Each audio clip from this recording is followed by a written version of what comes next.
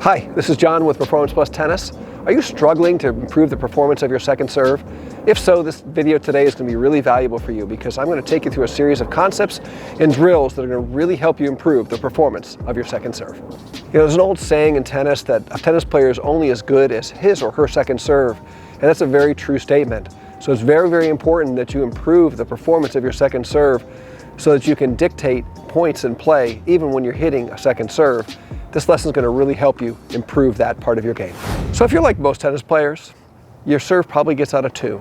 And there are times when you just simply can't get your serve in the box. So what I like my students to do is experiment and discover what their baseline or reference serve is. And that is the level of serve that you can trust that you can get the serve in every single time. And that is your starting point for building your second serve. So for example, I will just do a couple of simple serves here where I'm just placing the ball in the box. And these are really kind of my reference point serves, at least in the warm-up stage of getting ready to serve and play. I start out by warming up my serve with my baseline level of serving. And for everyone, you need to find that. And that's the area where you feel as if you can hit 10 serves in a row right in the box very, very comfortably.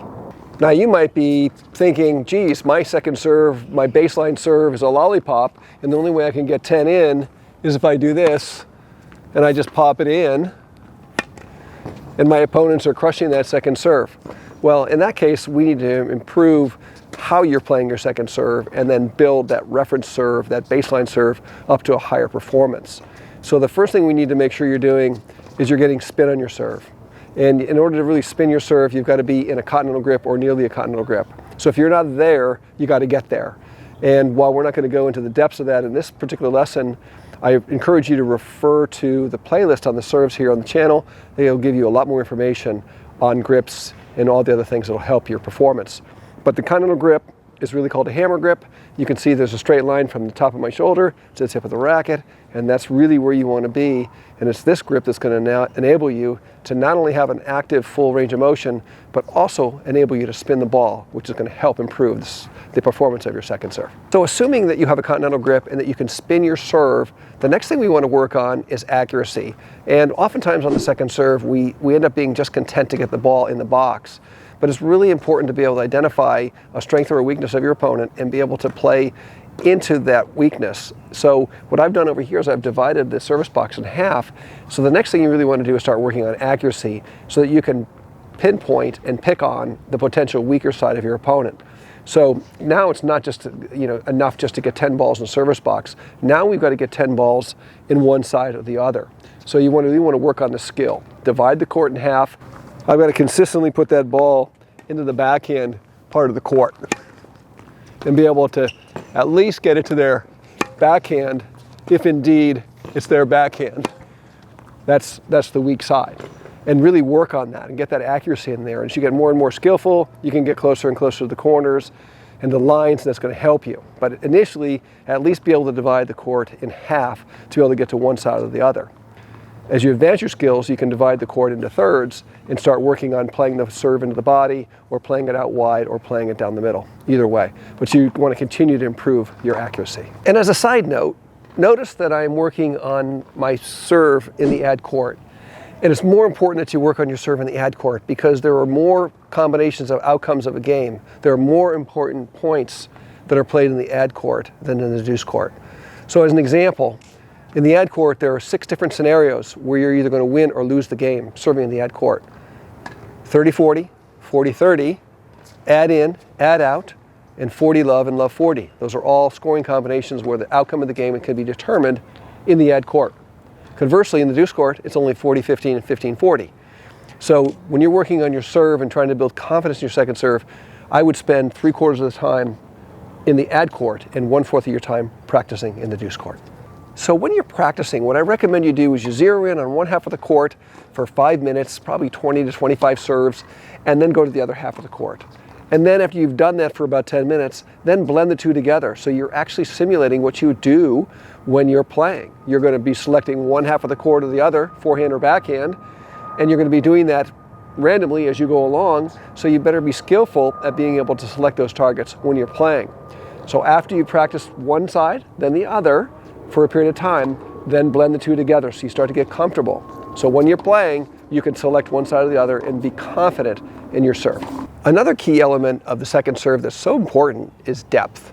So in addition to be able to target a forehand or a backhand side, it's also the ability to get your second serve to land deep in the court so that it keeps your opponent behind the baseline and gives them the sensation of playing defense rather than offense on your second serve. So what I've done over here is I've set up cones that really mark the last couple feet of the service box, and when I'm practicing, I'm going to work on trying to get the ball to travel with depth so it lands in that last section of the service box to create depth on my second serve.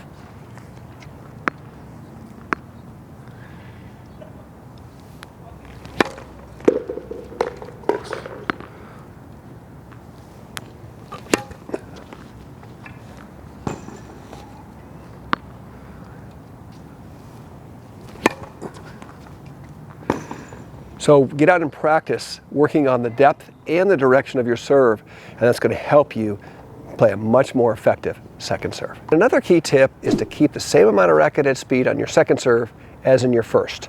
We want to use that racket head speed to create more spin on the second serve to get the ball to dive into the court. So if you're one of those players that's gets caught up on the second serve and changing the racket head speed and slowing down and hoping to get it in, your serve performance is going to go way down and you're going to make a lot more mistakes. So it's much better for you to keep up the same amount of racket head speed and learn how to use that racket head speed to spin the ball and get the ball to dive in the court. For example, I'm going to hit a first serve with a certain amount of racket head speed. It's probably not going to go in. It's gone. And on my second serve, I'm going to try to maintain the same amount of racket head speed, but I'm going to impart a lot of spin on the ball with the intent to get the ball to dive down into the court.